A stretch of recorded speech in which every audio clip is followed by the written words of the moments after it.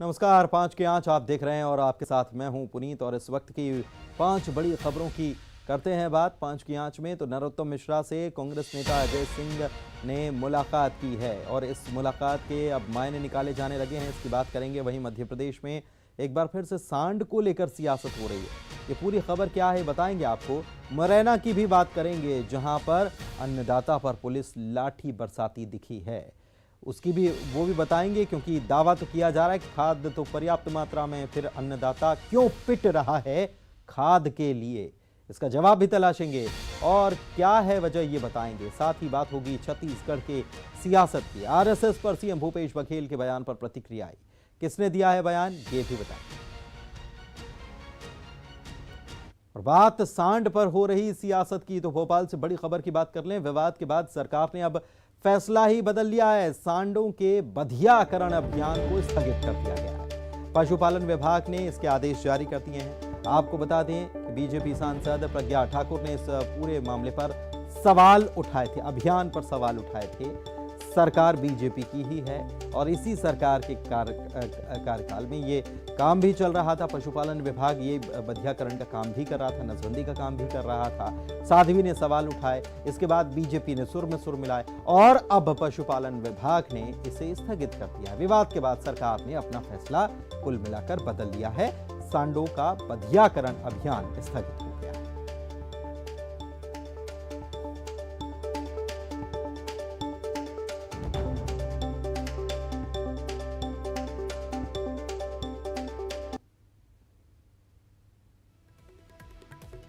तो ये जो स्थगन हुआ है उसके आदेश की प्रति आप देख पा रहे हैं।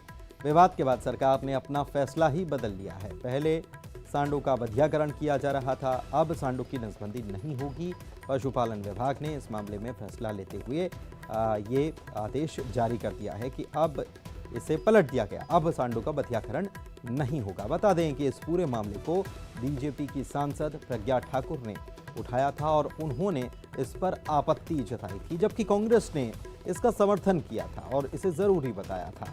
लेकिन बीजेपी सांसद प्रज्ञा ठाकुर की तरफ से जब इस पर आपत्ति उठाई गई कि बधियाकरण हो रहा है और ये नहीं होना चाहिए, तो फिर बीजेपी के नेता भी इसमें सुर मिलाने लगे और उन्होंने कहा कि हम इस पर करेंगे विचार। और अब इस मामले में आदेश जारी कर दिया गया है।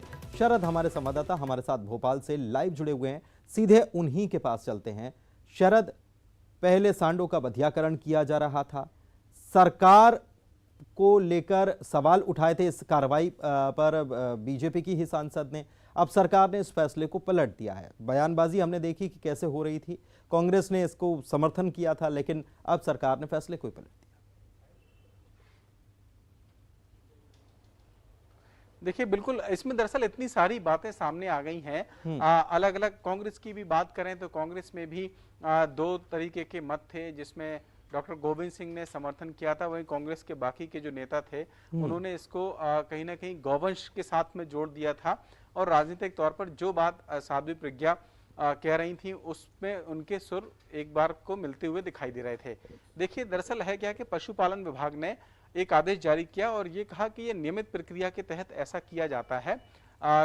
जो सांड है उनके बधियाकरण की जो प्रक्रिया है वो पूरे प्रदेश भर में अलग अलग जगहों पर की जाती है, ताकि इनकी जो संख्या है, जो आवारा है सड़कों पर घूमते हैं, उनके जरिए उनके बधियाकरण का जो कार्यक्रम है वो नियमित तौर पर किया जाता है। लेकिन चूंकि बीजेपी की जो सांसद हैं प्रज्ञा ठाकुर, उन्होंने इस पर सवाल उठाए और ये कहा कि दरअसल इससे गौवंश जो है वो कम हो जाएगा अगर इस तरीके का अभियान चलता है। तो उस पर राजनीतिक तौर पर एक सवाल खड़ा हुआ कि क्या ये जो बधियाकरण की बात है पशुपालन विभाग की ओर से वो ठीक है या नहीं है। क्योंकि ये एक सवाल गाय को लेकर जब भी बात सामने आती है या गौवंश को लेकर जब भी बात सामने आती है तो फिर वो राजनीतिक रंग ले ही लेता है। कुछ इस तरीके का राजनीतिक माहौल बन गया है। तो इस पर जब विवाद खड़ा हुआ तो उसके बाद में अब जो नई बात सामने आई है उसमें पशुपालन विभाग ने फिर एक संशोधित आदेश जारी किया है और ये कहा है कि इस कार्यक्रम को फिलहाल स्थगित किया जाता है।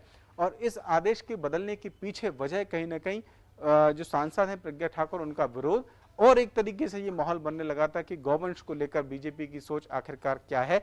जिस तरीके की बातें कांग्रेस के तमाम नेता डॉक्टर गोविंद सिंह को छोड़कर उठा रहे थे वो, तो कांग्रेस में भी हालांकि दो राय बढ़ गई थी। कुल मिलाकर यह है कि अब इस पर आगे जो बदीयकरण का कार्यक्रम है वो फिलहाल स्थगित रहेगा। ये नए संशोधित आदेश से साफ हो गया है जो पशुपालन विभाग ने जारी किया है। ठीक है शरद, आप हमारे साथ बने रहिएगा, अगली खबर पर भी आपसे बात करेंगे। तो आज प्रदेश के गृह मंत्री डॉक्टर नरोत्तम मिश्रा ने कांग्रेस नेता अजय सिंह से मुलाकात की है। ये मुलाकात करीब 20 मिनट तक चली है। दोनों नेताओं के बीच ये 1 महीने में दूसरी मुलाकात थी। वहीं नरोत्तम मिश्रा और अजय सिंह की मुलाकात के बाद सियासी हलचल भी तेज हो गई है।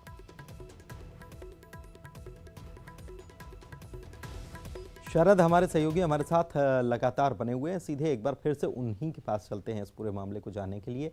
शरद, 1 महीने में दूसरी मुलाकात, 1 महीने पहले जब मुलाकात हुई थी तब स्थिति थोड़ी सी अलग थी। अब तो हम देख रहे हैं कि दोनों नेता चुनाव में लगे हुए हैं, दोनों पार्टियां चुनाव लड़ रही हैं और एक दूसरे पर मैदान में तो एक दूसरे पर खूब हमला भी हो रहा है।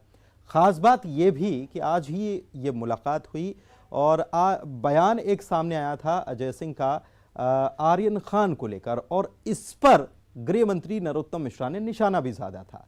और दिलचस्प यह है कि दोनों नेता आज मिले भी हैं।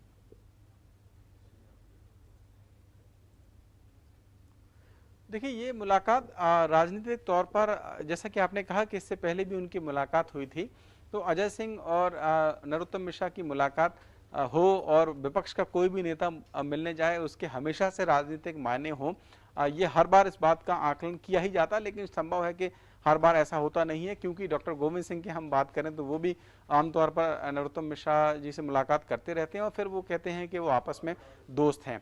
तो एक तो ये है कि सामान्य मुलाकात कही जा रही है, लेकिन दरअसल है क्या कि जो टाइमिंग है राजनीति में उसका सबसे बड़ा महत्व होता है। इस वक्त में उपचुनाव चल रहे हैं, अजय सिंह भी उनके इलाके में भी जो सतना का इलाका है, रेगांव की एक सीट है, वहां पर उपचुनाव हो रहा है, वो भी कैंपेनिंग कर रहे हैं। तो वहां पर कैंपेनिंग होना एक तरीके से अपने इलाके में जब नेता प्रचार करते हैं और स्टार कैंपेनर के तौर पे करते हैं तो फिर कहीं ना कहीं चर्चा में होते हैं, और राजधानी में अगर चर्चा ना हो तो फिर कहीं ना कहीं ये जो पूरा कैंपेनिंग है वो अधूरा अधूरा सा लगता है। तो कई बार ऐसा होता है कि जो अनुमान लगाए जाते हैं आमतौर पर मुलाकात के, क्योंकि मध्य प्रदेश में पिछले कुछ वक्त से माहौल इस तरीके का हो गया है राजनीतिक तौर पर कि अगर दो नेता आपस में मुलाकात कर लें तो फिर उसके बाद उनके जो नतीजे हैं वो कहीं ना कहीं पाला बदलने के तौर पर ही सामने आते हैं। लेकिन इस मुलाकात को अभी उस हद तक की मुलाकात के तौर पर नहीं देखा जा रहा है। लेकिन हाँ, इतना जरूर है कि टाइमिंग को लेकर सवाल है। उपचुनाव चल रहा है और उपचुनाव में जब एक दूसरे पर वार पलटवार ज्यादा होते हैं और तीखे होते हैं, ऐसे में अगर विरोधी दल के नेता आपस में मुलाकात कर रहे हैं तो फिर उसके राजनीतिक मायने निकाले ही जाते हैं। जी बिल्कुल, शुक्रिया शरद आपका इस जानकारी के लिए। बने रहे आप। आगे बढ़ते हैं और बात ब्यूरोक्रेसी पर मुख्यमंत्री शिवराज सिंह चौहान के तंज की। ब्यूरोक्रेसी को के कामकाज को लेकर मुख्यमंत्री ने कहा है कि सिविल सर्विसेज में आए हैं, इसका मतलब यही है कि लोगों के लिए काम करना है। मैं लंबे समय से एमपी का सीएम हूं, मैं जानता हूं 3 तरह के अधिकारी होते हैं। एक जो रूटीन काम करते हैं, जिनका जितना आ जाए उतना कर दो। दूसरे वो होते हैं जिन्हें काम रोकने में बड़ा मजा आता है, नियम का कानून का हवाला देकर काम को अटकाया जाता है और काम निकलवाने में ही लोगों को पसीना उनसे आ जाता है। और तीसरे अधिकारी होते हैं जो नियम प्रक्रियाओं की समस्या का समाधान निकालकर काम करते हैं। आप सभी अपनी जमीन कभी मत छोड़ना, माता पिता का हमेशा सम्मान करना। जबलपुर से अर्थ जैन, सेंगर जी, निलिशा को बहुत सारी ढेरों शुभकामनाएं। उर्वशी सेंगर जी, ग्वालियर संभाग की उर्वशी सेंगर। सिविल सर्विसेज में आए हैं, इसका मतलब है हमको प्रदेश बनाना है, देश बनाना है, जनता की बेहतरी के लिए काम करना है, लोगों के लिए काम करना है। कि उन लोगों को कभी मत भूलना। अब मुझे लंबा समय हो गया मुख्यमंत्री बने हुए, लगभग 15 साल हो गए। मैं अफसरों को जानता हूं कौन कैसा है। 3 तरह के होते हैं। एक वो होते हैं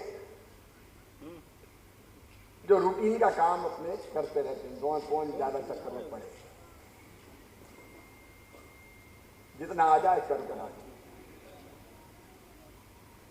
दूसरे वो होते हैं जिन्हें काम रोकने में मजा आता है, उन्हें नहीं लेना। नियम का, कानून का हवाला देके ऐसे अटकाते हैं कि निकलवाने में पसीना लोगों को आ जाता है।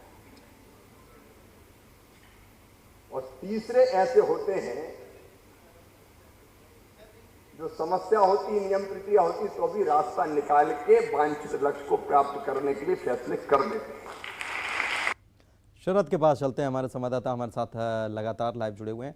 शरद, मुख्यमंत्री लगातार ब्यूरोक्रेसी पर अपनी बात रखते आए और ये बात सही है कि वो बखूबी समझते हैं, मुख्यमंत्री लंबे समय से हैं और बखूबी समझते हैं कि कौन अफसर किस तरीके से काम कर रहा है या कैसे काम लेना है।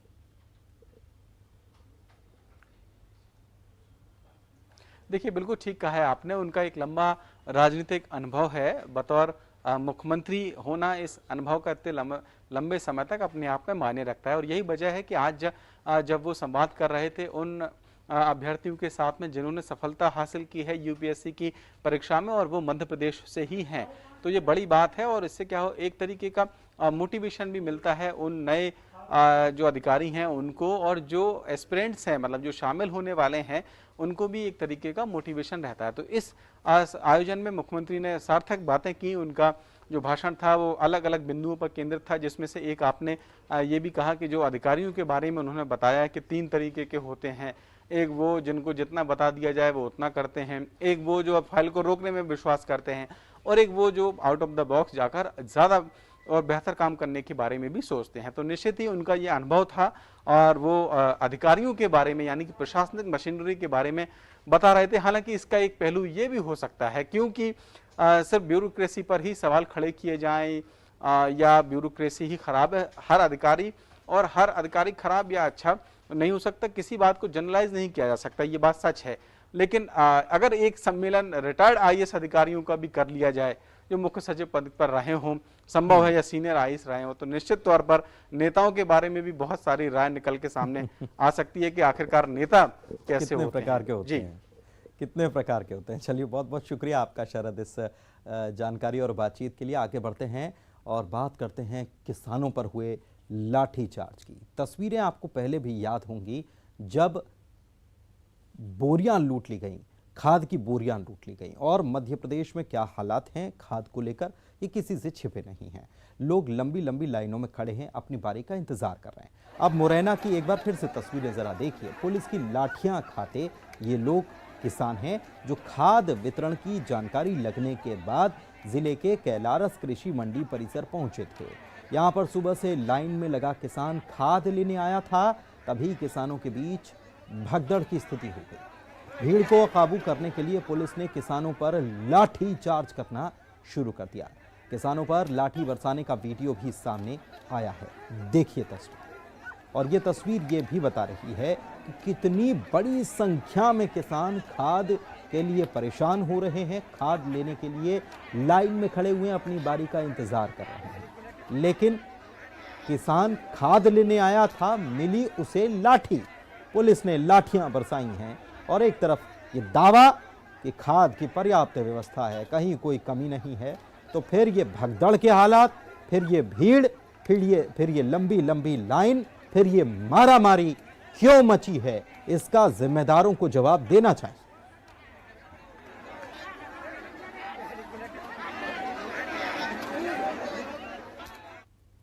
वक्त एक ब्रेक का हो चला है, जल्द लौटेंगे।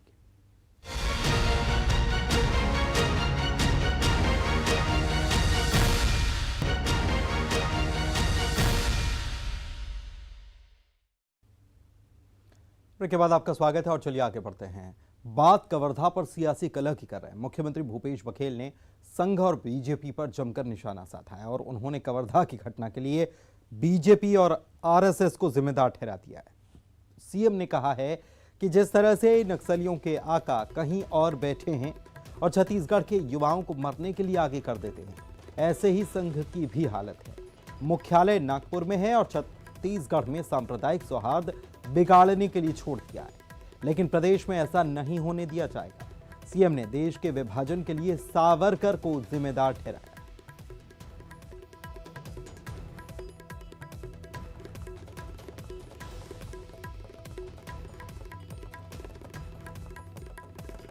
राष्ट्र की जो बात है वो सबसे पहले सावरकर ने की। ये जो पाकिस्तान और हिंदुस्तान की जो बात है वो सावरकर ने 1925 में कही है।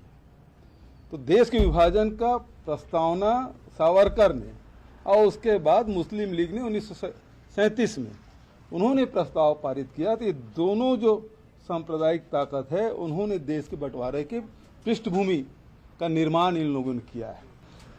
छत्तीसगढ़ में ये जो आरएसएस के लोग हैं ना, 15 साल तक इनका कोई काम नहीं हुआ, बंधुआ मजदूर की तरह काम करते रहे।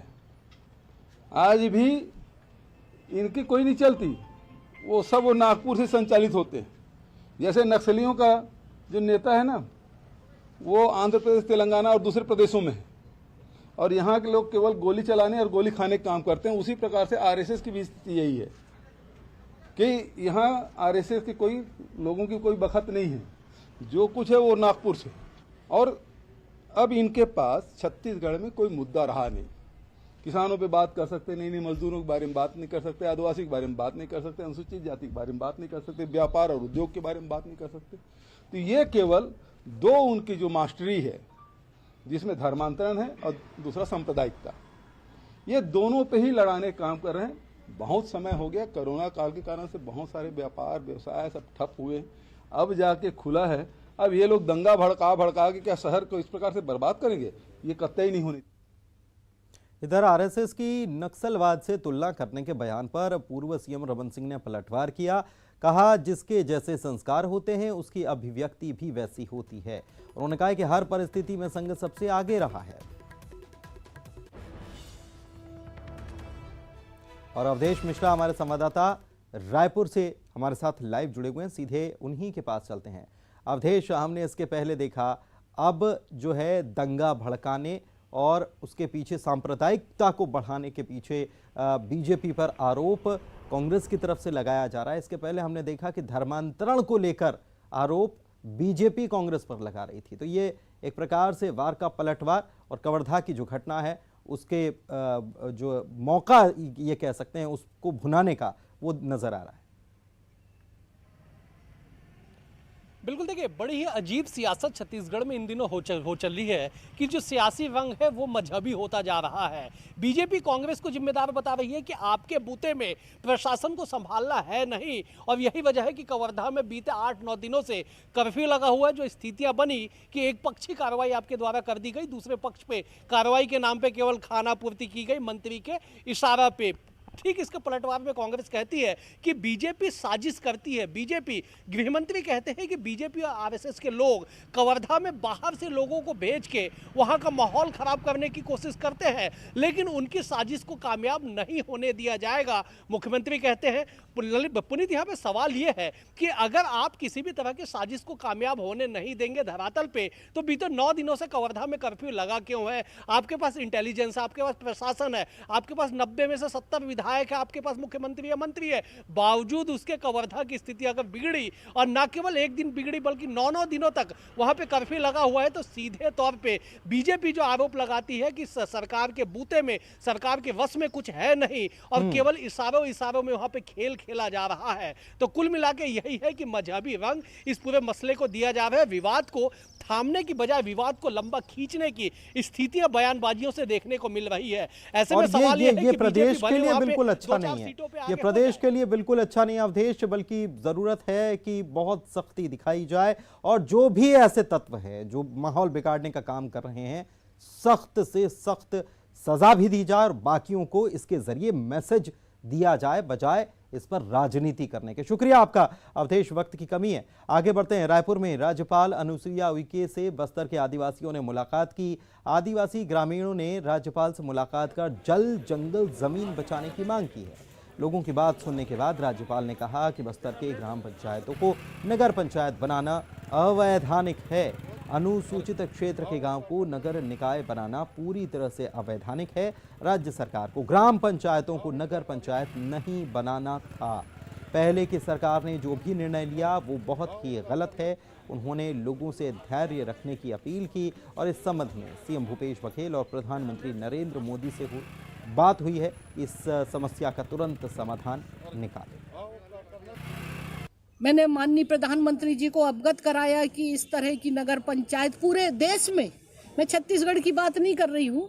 देश में वो ट्राइबल जो प्रदेश हैं, चाहे उड़ीसा हो, झारखंड हो, मध्य प्रदेश हो, आपका मतलब आंध्र प्रदेश हो, ये तमाम जगह, तो हमने कहा कि आप मेसा कानून को जल्दी से लागू कराएं पार्लियामेंट से, ताकि उनको वो अधिकार मिल सके। जो अधिकार उनके थे वो सब खत्म हो गए, क्योंकि ग्राम पंचायत को पूरा अधिकार रहता था, उनको दिया गया था पेशा कानून में कि वहाँ 100% उनको 50% पूरा ट्राइबल रहेगा, अध्यक्ष उपाध्यक्ष भी आदिवासी ही रहेंगे और उनकी जमीन स्थानांतर नहीं होगी दूसरे वर्ग को। और इसी के साथ बुलेटिन में इतना ही। नजर हेडलाइंस पर।